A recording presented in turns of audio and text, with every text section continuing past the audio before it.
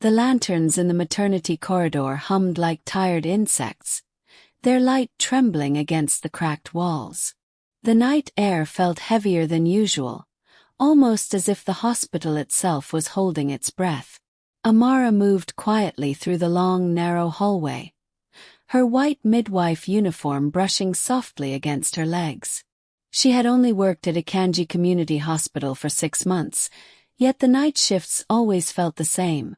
Silent, uneasy, and filled with strange whispers from empty rooms. She reached the labor ward door and paused. Someone was breathing inside. Slow, deep struggling. But all her patients were asleep. Amara held the doorknob, hesitated, and slowly pushed it open. The room was dim, lit only by the moonlight creeping through the curtain gaps. 3 pregnant women slept on their beds, their chests rising and falling peacefully. The breathing wasn't coming from them. It was coming from the empty 4th bed, the one no one used. The one older nurses warned her about. Amara felt the fine hair on her arms rise. The mattress dipped slightly, as if someone lay there. The bedsheet faintly tightened around an invisible shape. She stepped closer, her voice trembling. Who is there? The breathing stopped. Silence pressed against her ears, so thick she could hear her own heartbeat. And then, the bed creaked. Something sat up. Amara stumbled back, hand covering her mouth. It was no one. Just the impression of a body slowly rising in the sheets. The shape turned, facing her. The sheet dented, folding around an invisible head. A cold wave washed over her. The air shifted. A whisper, dry, trembling and filled with pain, brushed her ear. "This is not my bed." Amara froze. The whisper came from right beside her. But when she turned, nothing stood there. Suddenly one of the sleeping women gasped loudly, clutching her belly. "Midwife! Ah, midwife! The baby is coming." Amara rushed to her, relieved to focus on something real. But then she heard it. The empty bed groaned again. Footsteps, bare, slow, wet, began moving across the floor, leaving no shadow. Amara's breath caught. The other pregnant women moaned in their sleep, their dream bodies twitching as if something brushed past them. Something walked toward the birthing area. Something unseen. Amara swallowed, her voice cracking. "Whoever you are, please leave this ward." The footsteps stopped. For a moment she hoped. Then a second whisper, deeper, filled with grief. "I came to be born again. You cannot stop me." Amara clutched her chest, trembling. Outside, the corridor wind slammed a door. Inside, the empty bed sheet slowly slid off the mattress, as if someone stood and walked away. Toward the woman now in labor. Amara felt suddenly cold. A cold that did not belong to the living. She grabbed gloves with shaking hands, trying to focus. The pregnant woman screamed. "It's coming! Midwife, help me!" Amara held her hand. "I'm here, Abony. Breathe, breathe." But something else was in the room with them. Amara sensed it moving behind her. Pacing, waiting, watching. The lantern flickered. The room darkened. Abony cried in pain, and the shadows beneath her bed stretched unnaturally long, curling toward the birthing stool. Amara whispered a shaky prayer. The shadows paused, as if listening. Then slowly they began to rise. A faint shape, a woman, formed from darkness, her silhouette trembling like smoke in moonlight. Her stomach was swollen. Her head hung low, and her feet did not touch the floor. Amara's voice shook. "Spirit, why are you here?" The dark figure lifted her face. Her eyes were hollow. Her belly moved. Something inside twisting violently. Then she said in a broken, echoing voice, "My child died before he could enter this world. So now I enter another's. Ebony screamed again, louder, drowning the spirit's words. Amara felt the air freeze. A cold hand brushed her shoulder. The spirit whispered, "Tonight, I will be born." And the lantern went out. Darkness swallowed the labor ward. Amara couldn't breathe. She couldn't see. Only Ebony's screams, and the soft sound of someone else breathing beside her. Someone not alive. The darkness felt alive. Amara stood frozen, her hand still gripping Ebony's trembling arm. She could hear the woman's sharp breaths, the tightening contractions pulling her into pain. But there was another sound, just beside Amara's ear. A soft, rhythmic breathing, colder than night wind, heavier than any living lungs could make. Amara whispered shakily, "Please show yourself with mercy. There is a child entering this world tonight." The answer was a slow movement of air, brushing her cheek like the touch of a grieving mother. Ebony's voice cracked. "Midwife, midwife. Something is touching my stomach." Amara's heart clenched. She forced her hand forward in the dark, searching for the lantern on the bedside table. Her fingers brushed metal. But before she could light it, a cold palm pressed over her hand. She froze. The spirit's whisper seeped into her bones. "Do not bring light. My face has forgotten the sun." Amara swallowed a scream. Her knees felt weak. Her chest tightened. Then Ebony let out a terrible cry, half agony, half terror. "It's cold. Midwife, it's cold inside me. Something is pulling." Amara yanked her hand free from the cold touch and finally sparked the lantern to life. A trembling, golden light filled the ward. And then she saw it.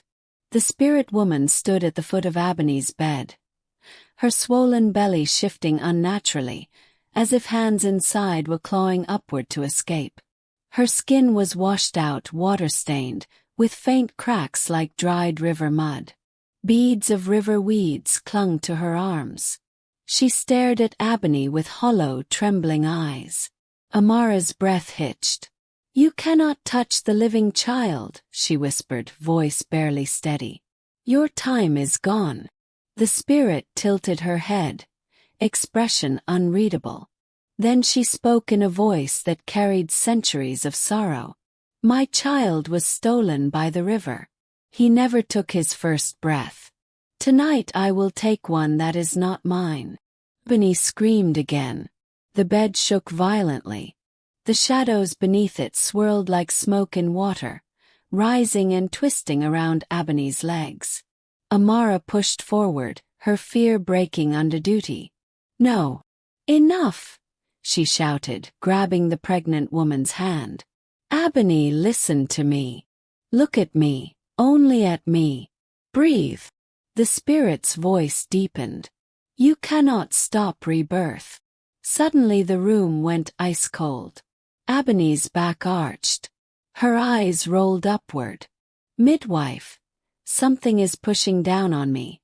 It feels like another pair of hands." Amara braced her. She knew this was no normal delivery. She had assisted dozens of births before. But nothing prepared her for the sight of the spirit's shadowy fingers hovering above Ebony's womb.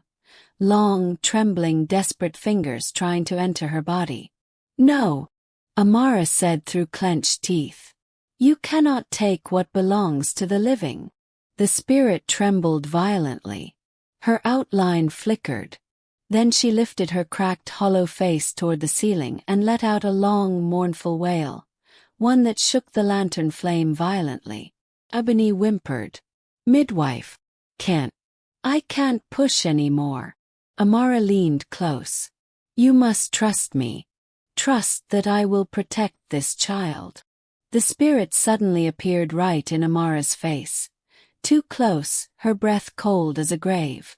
Her eyes sank deeper into their sockets. Her cracked lips parted.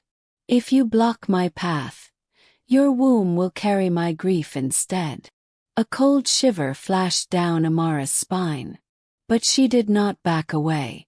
She lifted her chin. I will not let you steal this birth.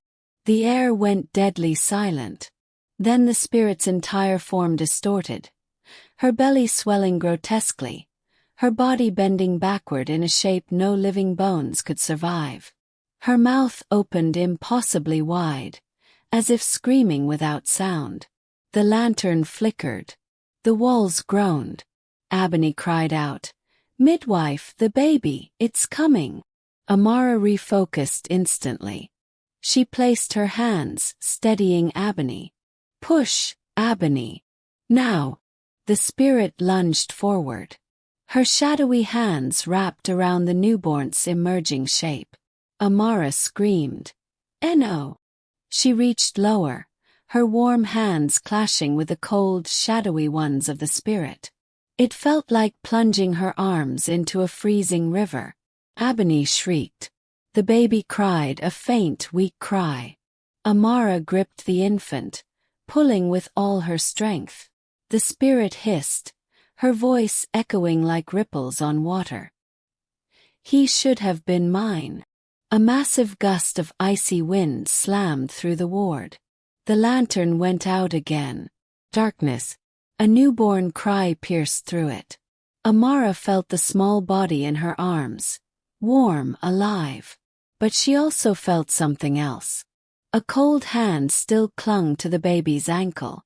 And in the darkness, the spirit whispered softly, "If I cannot be born, then let me follow."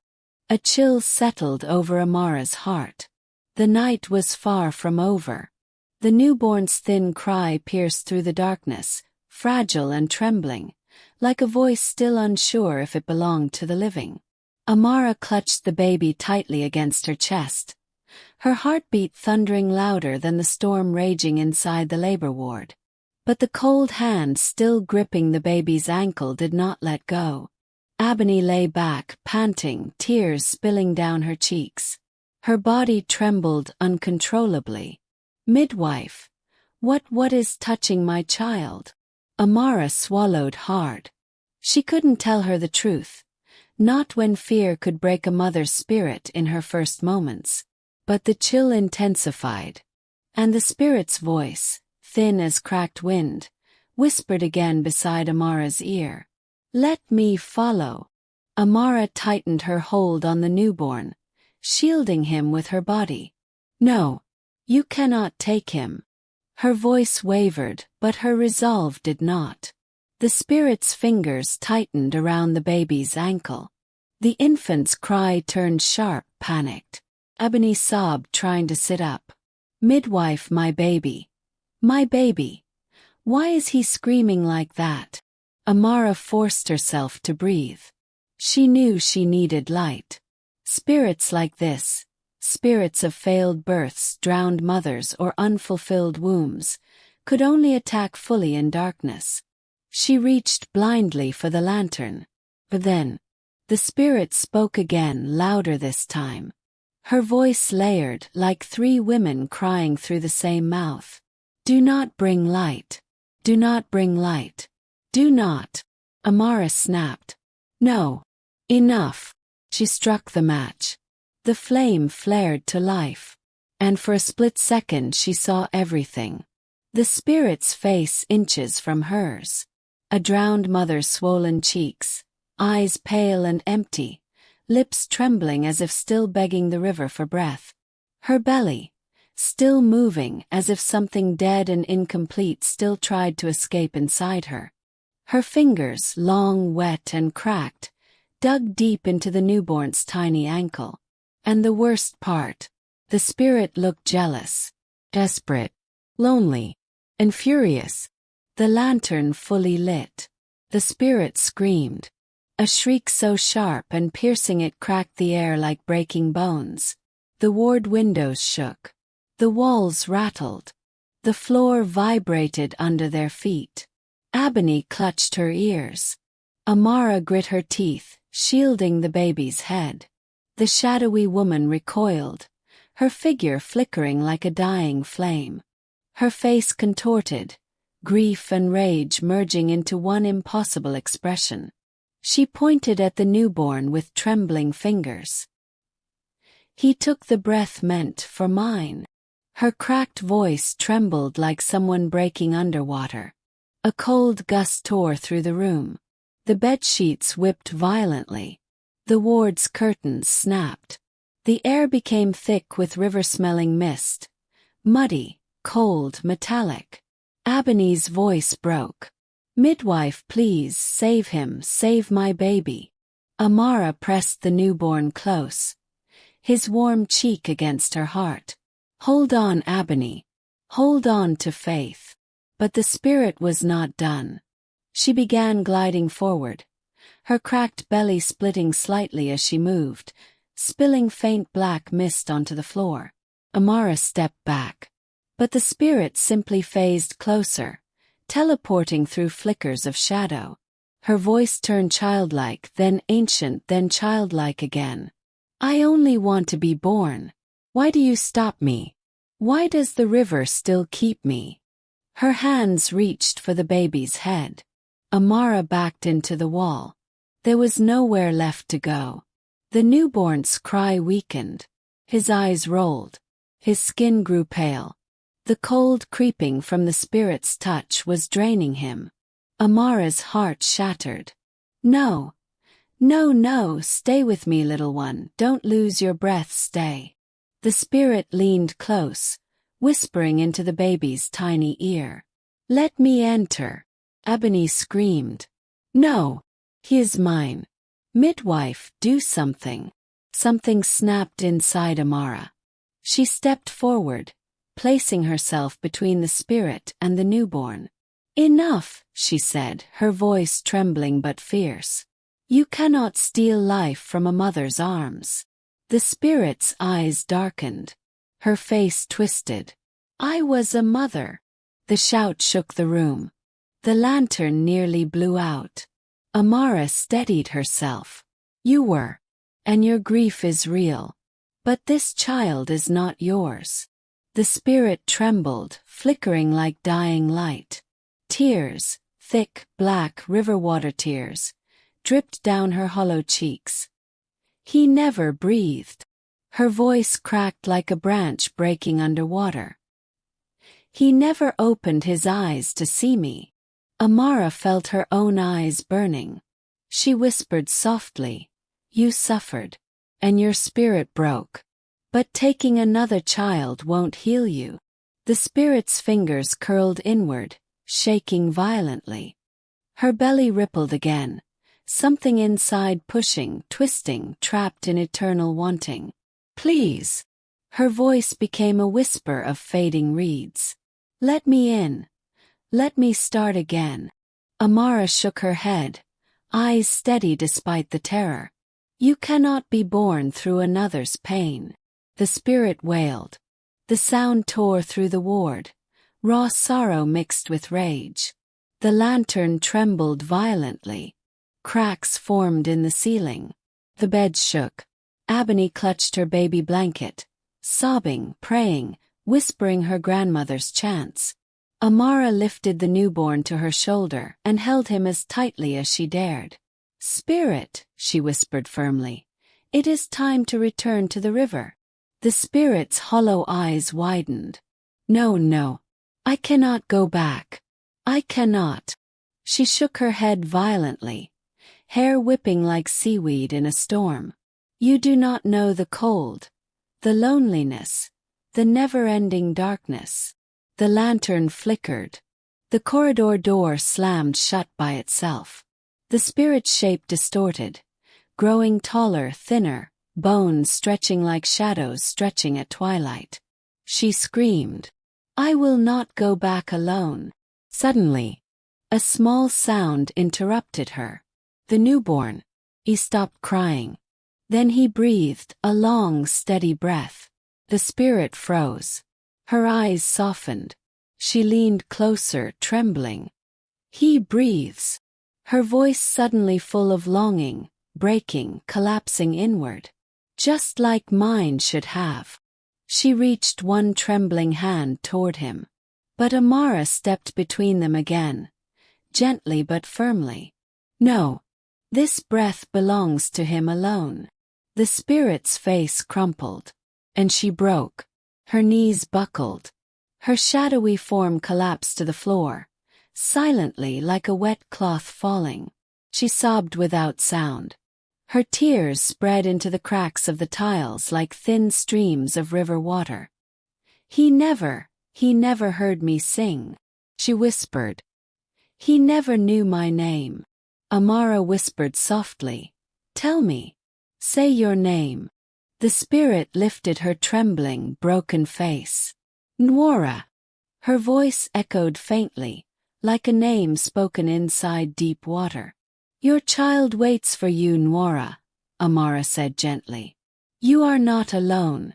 Go to him. The spirit stared at her. The room grew still. Nwora slowly placed her hand over her cracked belly. The movement inside it stopped. Her form flickered, softened, lost its hard edges. She looked at the newborn one last time. Then at Ebony. Then at Amara. Her face relaxed into the faintest, saddest smile. And she whispered, Thank you for helping me remember who I was. Her shadow thinned. Her outline dissolved like smoke touched by morning light.